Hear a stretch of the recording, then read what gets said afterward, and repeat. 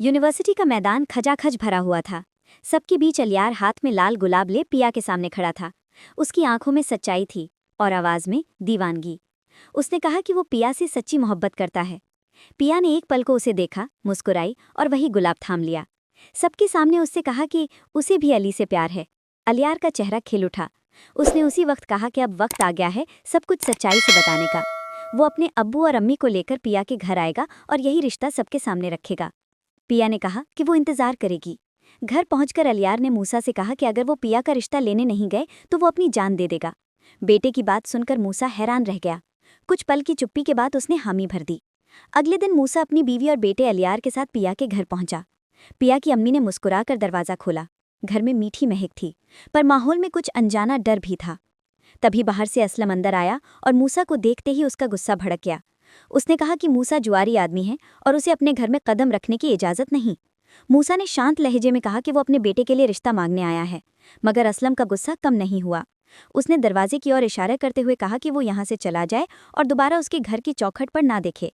पिया सब कुछ सुन रही थी। उसकी आंखों में आंसू थे। उसने अलियार से कहा कि अगर वो उससे सच्ची मोहब्बत करता है तो अपने अब्बू को लेकर वहीं से चला जाए। अलियार ने बिना कुछ कहे अपने अब्बू का हाथ पकड़ा और घर से निकल गया। पर उस रात मूसा के अंदर का गुस्सा और भी भड़क गया। उसने अपने आदमी को बुलाकर कहा कि असलम ने उसकी बेइज्जती की है, अब वो उसकी दुकान पर कब्जा करेगा। नकली कागज बनवाए गए और अगले दिन असलम के खिलाफ रिपोर्ट दर्ज करवा दी गई। पुलिस ने दरवाज़ा खटखटाया। असलम ने दरवाज़ा खोला तो तुरंत कहा गया कि उस पर धोखाधड़ी का केस दर्ज है। असलम ने लाख समझाने की कोशिश की कि वो बेगुनाह है, मगर किसी ने उसकी बात नहीं सुनी। पुलिस उसे पकड़कर ले गई। पिया रोती हुई सानवल के पास पहुंची। उसने कहा कि उसके अब्बू को पुलिस पकड़कर ले गई है। सानवल ने हैरानी और गुस्से से कहा कि इसके पीछे मूसा का हाथ है, वही जिसने उसके अब्बू की दुकान पर कब्जा किया है। पिया बिना देर के यूनिवर्सिटी पहुंची और अलियार से कहा कि उसके अब्बू ने बहुत बड़ा जुर्म किया है, उन्होंने उसके अब्बू को जेल में डलवा दिया है। अलियार को यकीन नहीं हुआ। वो सीधे घर गया और मूसा से पूछा कि क्या ये सब सच है। मूसा ने जवाब दिया कि उसने वही किया जो उसके बेटे की इज्जत के लिए ज़रूरी था। अलियार ने कहा कि ये इज्जत नहीं, जुल्म है।